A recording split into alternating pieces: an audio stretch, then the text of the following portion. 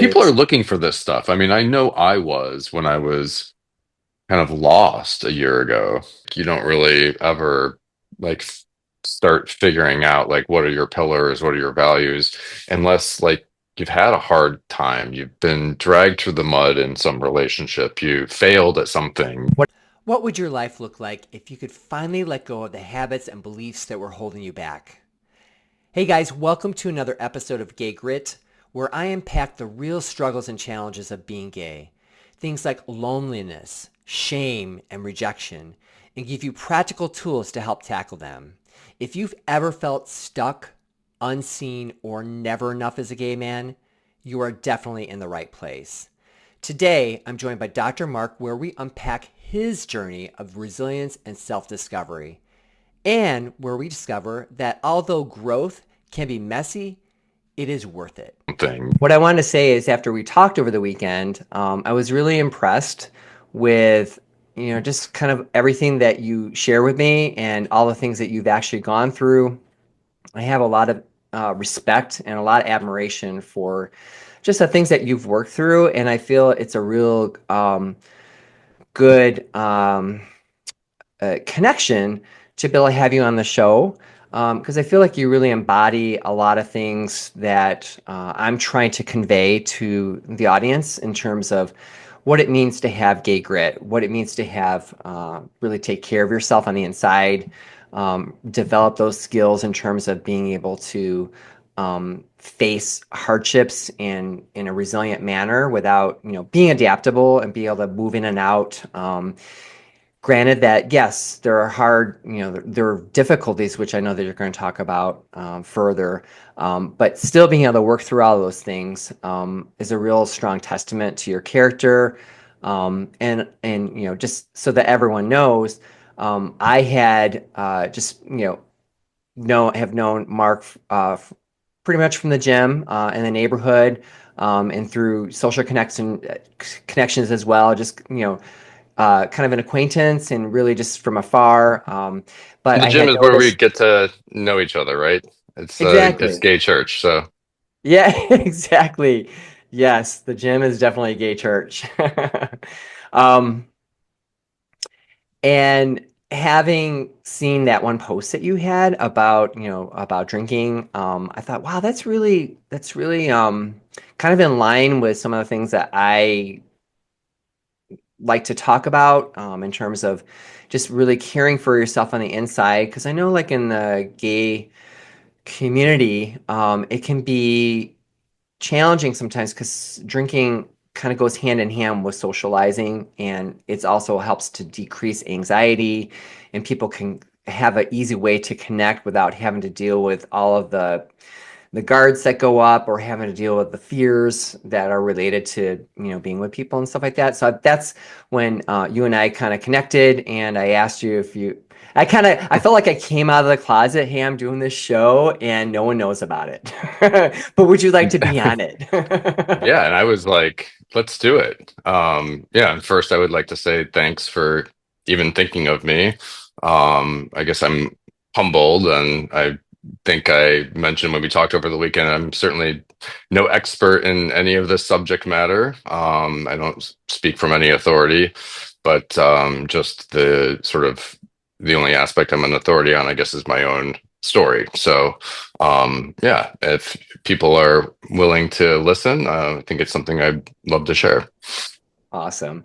And why don't you tell us a little bit more about kind of your background, just to kind of being people up to speed. And I know we didn't talk about it, but even maybe if it makes sense to even share kind of like your coming out story, if there's anything that's kind of interesting.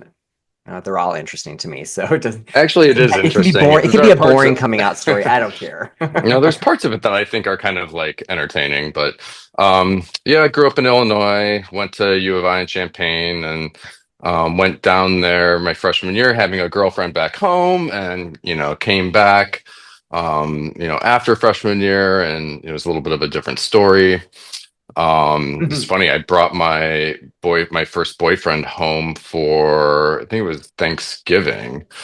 And he and I, so we drove back up from Champaign to Chicago, west suburbs, which is where I grew up. And um, no one was home. So, we kind of got ourselves settled, went upstairs, closed my bedroom door. And, one thing led to another. And of course, being 19 years old, the clothes are off, we're on the bed doing our thing. And my older brother walks in um, on us. So that's my coming out story, or at least part of it. Ah, Luckily, right, yeah, couldn't make this up. Luckily, it went well. He actually approached me right after it and was really like acted like you would hope a brother would. So oh, that's great. yeah, that was just, one aspect of it. My father had already passed. My father passed when I was 16. But my mother handled it, fairly well. It took her a little bit of time, but she came around fairly quickly. Hmm. So, yeah, came out in college, and um, I don't think I really struggled with a lack of support.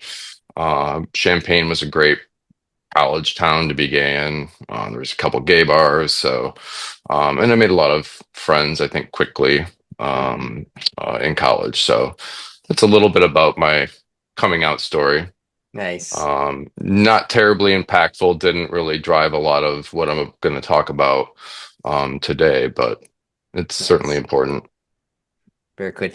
I don't know if I knew that you went to UVI because that's where I went as well. Yeah, it's a big college campus to get lost in. So I think Yes. if you don't really have any direction, it's certainly a place where you could get into some trouble. Yes, you can. It was a lot of fun. 100%. I had a great time. Good. So that's cool. So you actually came out pretty much as a teenager. I mean, 19. So you had a long time I've just kind I've of to learn it I've been out all, you know. there. I've been out there for a while. Exactly. Trying to get it Nice. all together. Yeah, Exactly. absolutely. And then now kind of tell us a little bit about your kind of what you're doing today, your background, kind of your story in that respect, just so people kind of have an anchor kind of for, where we're going. Yeah. So I always wanted to be a pilot.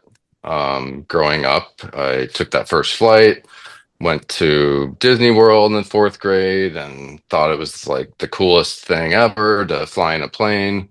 And a few years later, actually, when I was 12, my dad, who was very supportive of this idea, took me for my first flying lesson. So I remember out at DuPage Airport, getting the big pillow from the sofa in the living room because I couldn't see over the dash, and getting my first flight lesson when I was 12 years old. Hmm. And my dad was very supportive of that. He came, from a not very well off family, was a truck driver, but he himself had a lot of grit. He started his own trucking business and was successful with that.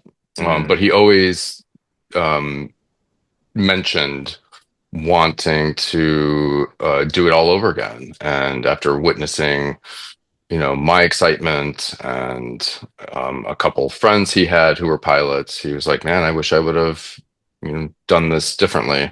Wow. So he got sick a few years later, and we weren't able to do the flying lessons anymore. And he eventually died of colon cancer when I was 16 years old. And it was that I don't think I even realized it what I was doing at the time, but it was in retrospect hugely traumatic to lose my father at such a young age. And I even remember volunteering on the same ward that he had passed on Oh, wow. at Central DuPage Hospital, and a week after he had died. And so looking back on that, you would think, or not knowing my story, you might think that's, kind of an odd thing for someone to do, but it really exemplifies how I handle a lot of pain. And I always have tried to channel, suffering and trauma into something that's productive. Hmm. And so that was maybe the first example. I went on to study chemistry at U of I, and I with the intent of going to medical school. So I did that. I ended up in Chicago for medical school.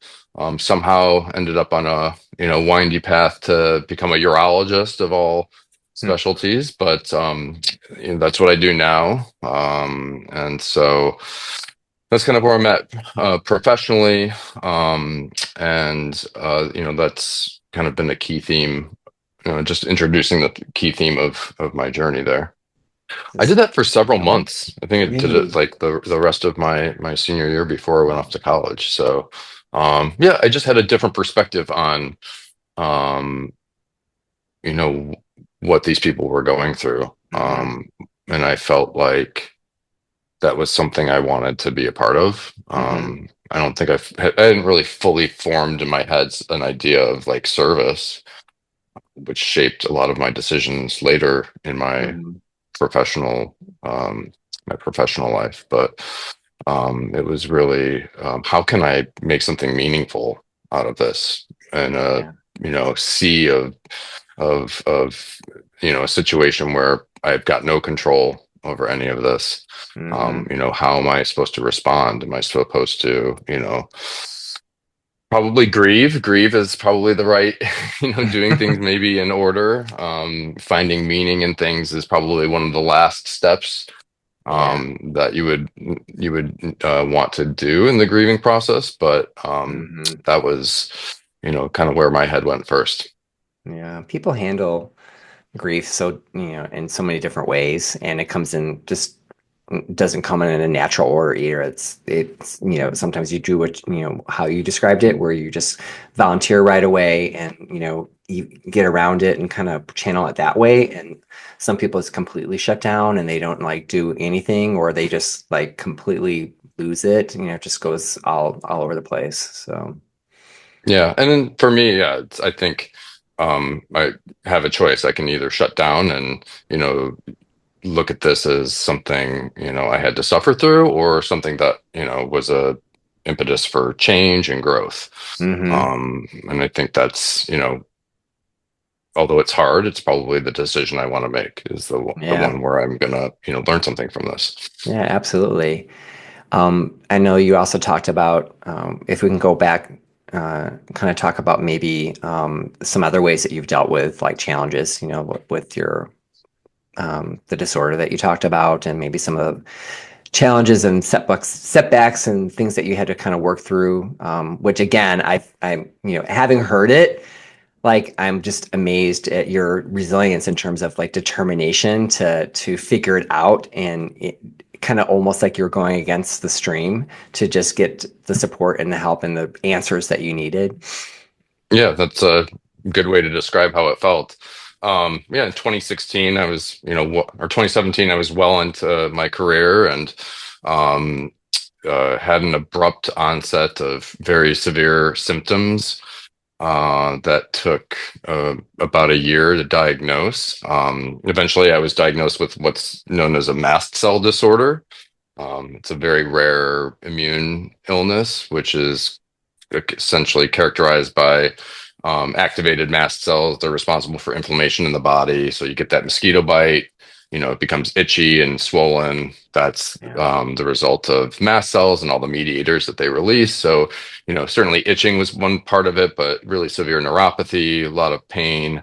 And then really the just difficulty in getting the medical community to believe what my symptoms were. I mean, as a physician myself, my internist didn't believe it, put me on Zoloft, started me on Xanax, saying this was an anxiety disorder. And, unfortunately, one of those medications made all of my symptoms worse.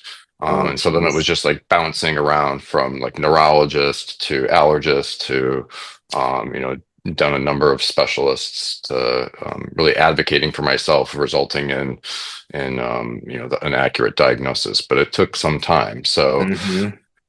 it didn't have it.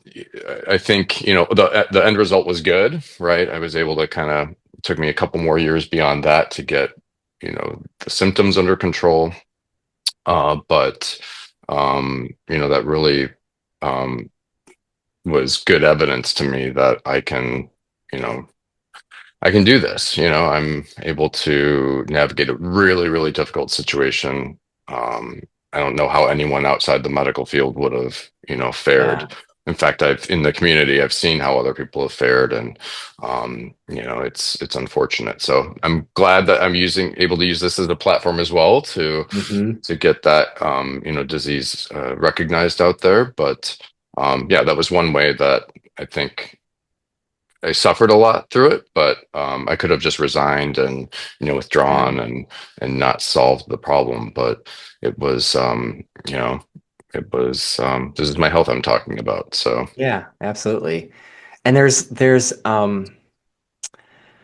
I've always been intrigued because in some ways I do something similar. Obviously, that like not trying to solve like a medical issue, but where I have like a setback where I get like down about something or something is really really upsetting to me, and I feel just really like I just want to throw in the towel. Like I just like forget about it. I don't want to do this anymore. This is ridiculous. I'm checking out. Like I'm out.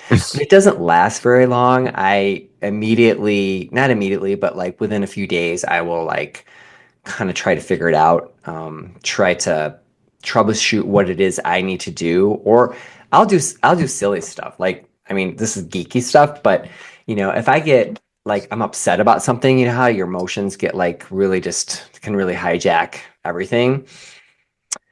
And I found one way to really get around that is to work on a spreadsheet.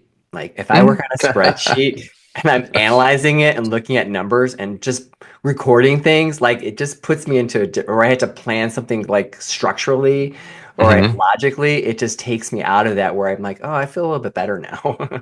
Yeah, exactly. I mean, your brain only has so many ways to. It is interesting to the way that you described, kind of like hijacking that and taking control of it. But yeah, your brain only has so many ways to tell you how to feel, right? There's only so Hmm. many neurotransmitters. So I found the same thing. Like it's almost a fun little experiment, and maybe I'll get into alcohol. Choosing to be alcohol free as a little bit of a segue, but um, you know it kind of happened without much intention this past year in October or September. I finally realized that without that in my life, my emotions were so much more like regulated, and I had clarity about it. But and of course, I'm still experiencing emotions, but it's given me the ability to kind of just like step back and say, okay, this is like my, norepinephrine surge that's happening right now, and that's why I'm feeling this way, and I know it's going to pass. And um, yeah, I think it's given me a little bit of more, allowed me to take a little bit more of a back seat to like Hmm. the flurry of emotions we all feel on a day-to-day basis, especially, when we can't control a lot of the things going on around us, especially Yeah. recently. So, What it, because I know you said you were kind of looking at reading studies and not like you were reading like we talked about this too, or you're not reading journal after journal, but like you're just kind of like reading up on, stuff that, how alcohol affects you. Because I know that when I even like one drink, it can be just like half a drink, and I've had a lot of stuff beforehand, and it's not like I'm doing it on an empty stomach, but I will get like really kind of down the next day, and there are times I get really, I won't always equate it immediately, but I will feel like really paranoid. I will get like, oh my God, horrible things are going to happen. And it's like this weird fear that happens. And I'm like, it takes about 3 days for it to clear out. And then I'm like back to normal again. But I feel like mhm. can't do anything. Oh my God, I'm terrible. I don't know how to write. I don't know how to do anything. Forget about it. And did, did you, can you talk about that? Like Yeah. what that All means? right. Yeah. Well, I mean, I'm certainly not an expert at, neurochemistry as a urologist. There's a different head I'm working on usually. So essentially, alcohol is a depressant. It, causes activation of receptors that really depress the brain.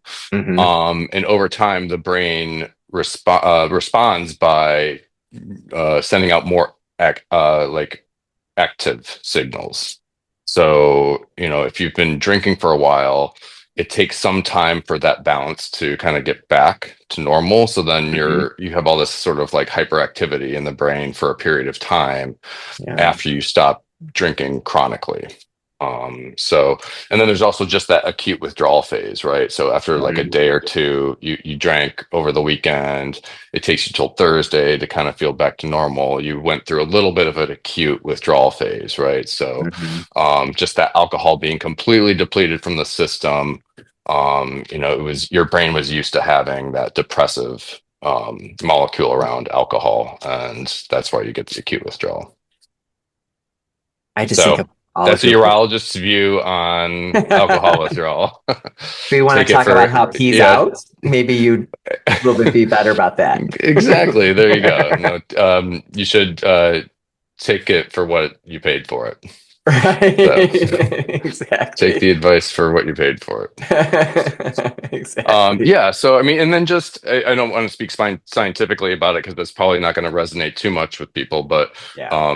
yeah, it wasn't really. And then the decision around, deciding not to drink was kind of unintentional. I'd done a month of sobriety last year and it felt fine, but I don't know that I really, noted any major benefits. But it was this year after like, 3 or 4 weeks of really not drinking. And been like a pretty decent gay drinker, like our culture is pretty full of it. So, I think, I decided after this hot girl summer, going out, having like going to the beach, going out, all that kind of thing, to just really go cold turkey. And the sleep got better, emotional regulation got better after a period of time. And then I was starting to come up with reasons, like trying to come up with reasons why I would pick it up again because I felt so good. And it's hard, like you speak about, it's easy to break the ice with a drink. Hmm. You go out, I think people expect you to have one, but I learned after probably a month, no one was really caring much about what was in my glass. Hmm. And so I think that was a lot of, what was in my head. And I think it was easier than I thought it would be. Yeah. Yeah, yeah, a lot of people in our community drink a lot. There's just so much drinking.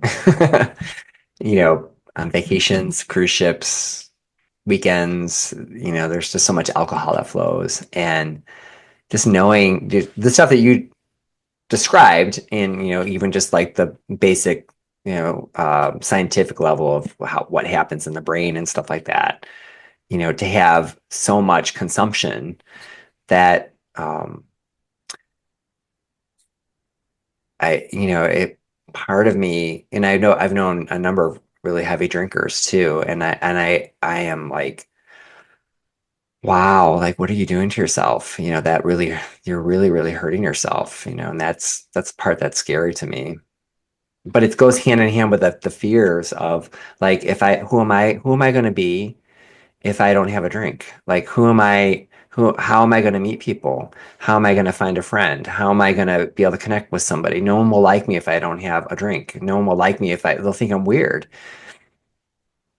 Yeah. So, I mean, interestingly, and I've, had some other challenges this year. I think I wanted to create a life that was like sustainable. I feel like I've been living this 90-mile-an-hour lifestyle for 25 years as an adult, and I'm turning 45 in a couple weeks, and I wanted to be on a path that was like, something I could live the rest of my life.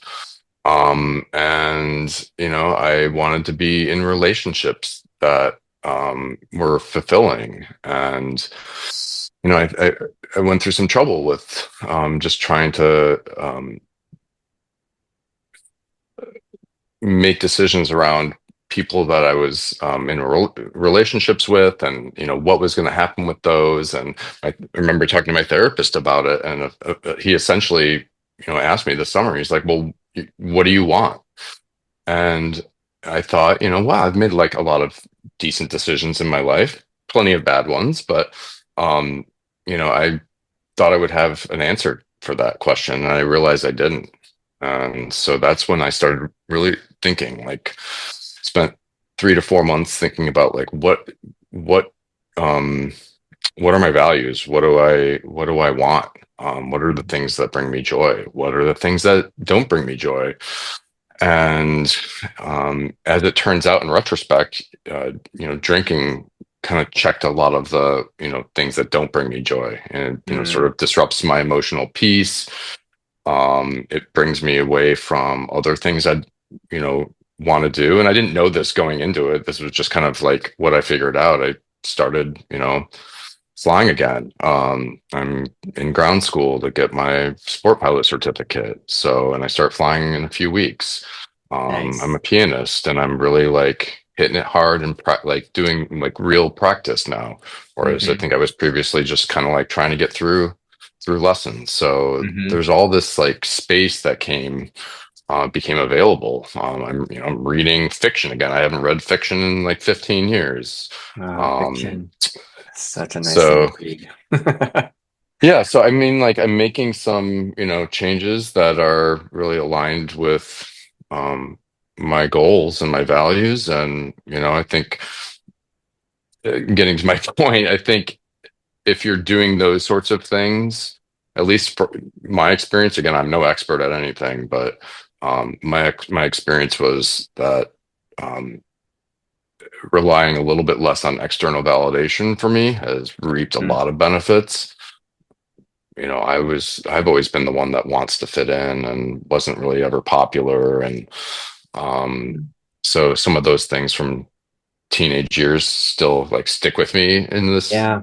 day and age. I'm sure, a lot of people watching this can relate. Hmm. But yeah, I focused on, taking a social media break, like doing my 5 minutes a day. And I threw a bunch of spaghetti at the wall, and I think some of it stuck, and I'm gonna just keep running with it. And some people fell away, right? So it's not going to be without its casualties. I don't think that's the right word necessarily, but there are going to Collateral. be, yeah, I mean, there are expired relationships that Yeah. result when you change and Yeah. start, creating boundaries that work for you. So it's I don't know, maybe in another year I'll say something completely different, but this is how this is my story right now. Can you talk more about your value kind of process, how you kind of determine that? That's something that, I've done in the past. I found has been a nice guide for me. But just for people who are curious, how you did that.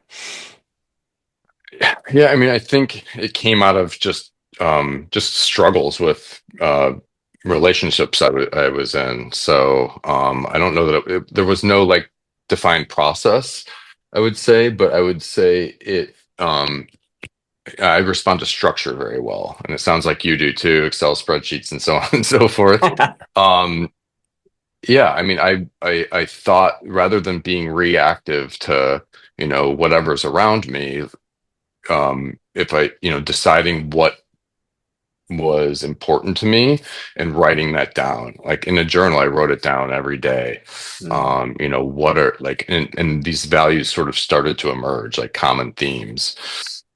And, it's going to be different for everyone, right? For me, I struggle with a little bit of, anxiety spectrum disorder as well. I have OCD. And so, for me, it was having some emotional peace and, mhm, anything that fit into that and fostered that, I think I'm leaning into like really, really meaningful relationships with friends who offer mutual effort and respect. mhm, That's kind of one value. mhm, I really value learning new things. I studied art history as an adult. I study piano. Studying new things is always like something I really cherish. And so that's one of my values. And I think they're going to change over time. yeah. And I'm going to add to them. I think it's kind of fun. Like I'm thinking in 2025, like what's next for me? And then, Mhm. just trying your best. I mean, I'm human and I make mistakes all the time, every day, but trying to Oh, wait a like second. Oh, I thought you make mistakes. I think we need to stop you the didn't interview hear it? now. Yeah, you didn't you didn't hear that? I'm not human. Yeah, that's you can only interview humans. Yeah, I make tons of mistakes all the time. But if you making decisions that are aligned with your values, I think it's just a better framework for living than what I've always done before, and just kind of like reacting to this. And um, it, it's a calming sort of process to go through, and I'd recommend it for anyone. Yeah, for sure. Had you always journaled throughout your life, like from teenage years into adult years, or was this something new? No, I started doing it last a year and a half ago. Mm, Yeah, in full disclosure, I started on an SSRI earlier this year, primarily aimed at like kind of managing OCD symptoms. And I've been it's been recommended to me to start one for years for those symptoms, and I was trying my absolute best to avoid it, especially with mast cell disorder. There's a lot of interactions with mm, some of the SSRIs. So, and I had a bad experience with one previously. So I was trying all that I could. Meditation, my therapist uses hypnosis therapeutically. I started journaling, really doing anything I could non-pharmacologically, hmm and it just wasn't quite enough. So, mm, um, yeah, so I started journaling probably about a year and a half ago in an attempt to avoid pharmacy, but it plays a really important role now, even that yeah, I'm on an SSRI. So it's something I spend about 20 minutes a day doing. that's Um, awesome. it's kind of fun though. It's not an easy habit to get into, but once you're in it, you keep it going.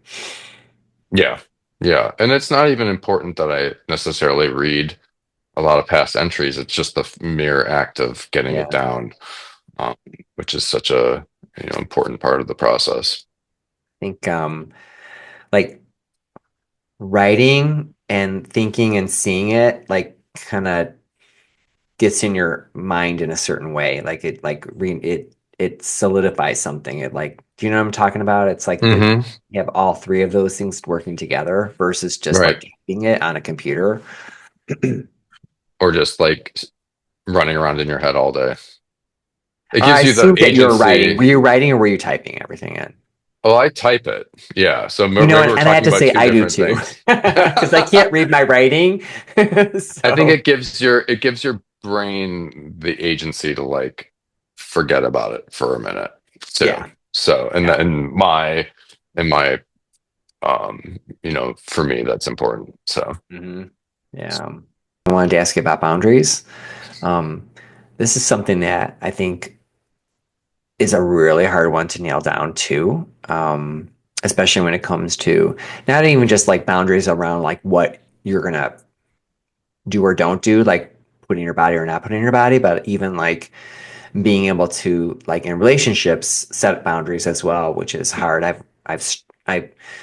I struggled with for a while because I want people to be happy and I don't want to hurt their feelings and I want to please them, I suppose. I hate it sounds so weird. I want to be a people pleaser. But it's like there's part of that nature that you don't want to rock the boat with people and it's really hard. Can you talk about that? yeah, I'm a strong personality myself, so I would say like yeah, I'm no expert at this. And I think it doesn't need to be as like absolute as I think people talk about, and maybe you see talking heads on Instagram or what have you, like, writing someone off completely, or, you know, um, you know, being so rigid in your sphere that you like manage to keep connections away. So, I mean, I understand the balance there. I'm very matter of fact. So I think for me, in for giving or receiving feedback, I would much rather hear it very directly. In fact, there was a friend I had this summer that there was a misunderstanding between us, and he's a newer friend. But I really respected him for like pulling me aside and saying, "Hey, Mark, when you did this, it really made me feel bad." And I feel like there aren't a lot of people in the There are world that not. are doing that. No. Um, and I really respect him for that. And I mean, he's one of my newer friends that I would put in that camp of, meaningful relationships and ones that Hmm. are authentic, authentic connections. I really have no desire for people that are going to not match that. Yeah. So, I think it doesn't have to be as anything more complicated than that example for me, and it doesn't need to be, I'm not going to talk to you ever again if X, Y, or Z. Giving space to something or a relationship is also a boundary, I guess, as well. So Hmm. Yeah, that is that I commend him for that because that says a lot about him, and that you received it says a lot about you as well. Because that people, it's so weird. Like, they will dance around things that bother them. And, say for example, you did something that offended them, and maybe unintentionally, they will feel there's like this awkwardness, and but they wanna they don't want to deal with it. So they will kind of avoid it, and then they will kind of pull away or act a weird way. You know what I'm talking about? It's a really hmm weird, uncomfortable thing instead of just like going right on in. And I've learned to like really, you know, there's some drama over Thanksgiving, and I had to, you know, it's crazy, crazy stuff that happened over Thanksgiving, and the person had sent text messages and apologizing or something like that. And I wanted to talk to that person on the phone, just to kind of clarify things. And it became this chase where, well, I'm really busy right now. They didn't answer the phone. I'm really busy right now. Can I meet with you later on, talk with you later on? I said, sure. How about this time? Okay. And then that time comes along, and like all this whole drama, this whole long text came out, and they had all these excuses and all these reasons why they couldn't talk. And I'm like, another time, Yeah. clearly you're not ready for this lesson right now. You wouldn't be able to receive it. So I'm good. I learned something about you too. Yeah. Yeah. I mean, that's important information to have, right? Hmm. So, Yeah. um, Versus yeah. taking it personally, where I mean, it didn't have anything to do with me. Um, Yeah, and where I'm you're like, wise for knowing that. yeah, that just said they weren't really in a place where they could be mature enough to take, they didn't even know what I was going to share. I was going to share some insight that I had about the exchange, thank them for apologizing, but then kind of let them know something that I saw that maybe they don't see. And, you know, they weren't ready for that lesson. Yeah, and it's always so confusing, right? Like, how close are you with this person?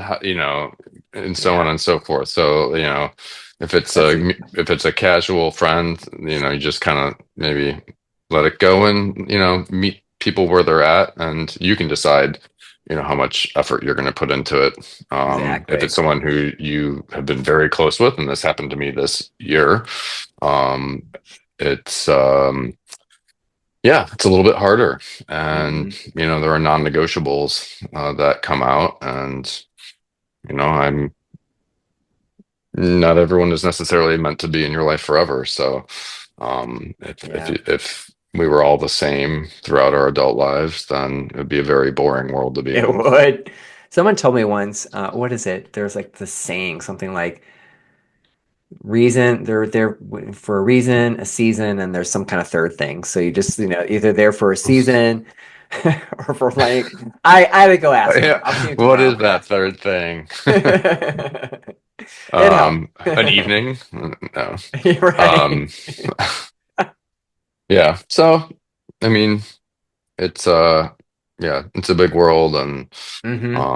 I think not everyone is gonna kind of be aligned on every every value. Nope, they're not. But it's good that you know that. And I Yeah, think like even just that's like, been a hard one to learn in my adult years, but I've learned the most about myself during those times, I would say. So mhm. Yeah, going back in, reflecting, figuring it out, journaling it out, all those things.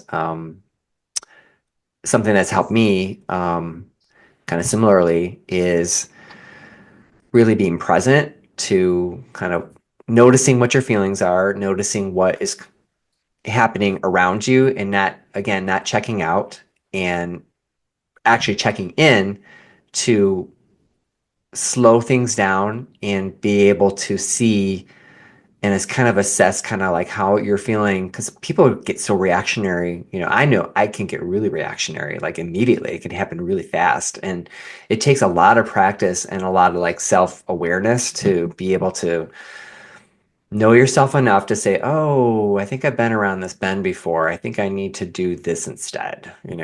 That takes a long time. yeah, Man, it just really takes a long time. I can tell you, oh man, and when I I'm was still doing younger, that one wow. wrong. What's it? You get yeah, I'm still doing that one wrong all the time, but hopefully I got some time to course correct here. We're learning. We're learning Exactly. animals. Exactly. Like in wrapping up, are there any, I know we talked about like grit and resilience and, self-care and, kind of maybe some of your thoughts about kind of if you can encapsulate kind of like your learnings over the last, decade or so, or even since, your journey like, from coming out or whatever. What would you recommend? Some of your recommendations or. Good question.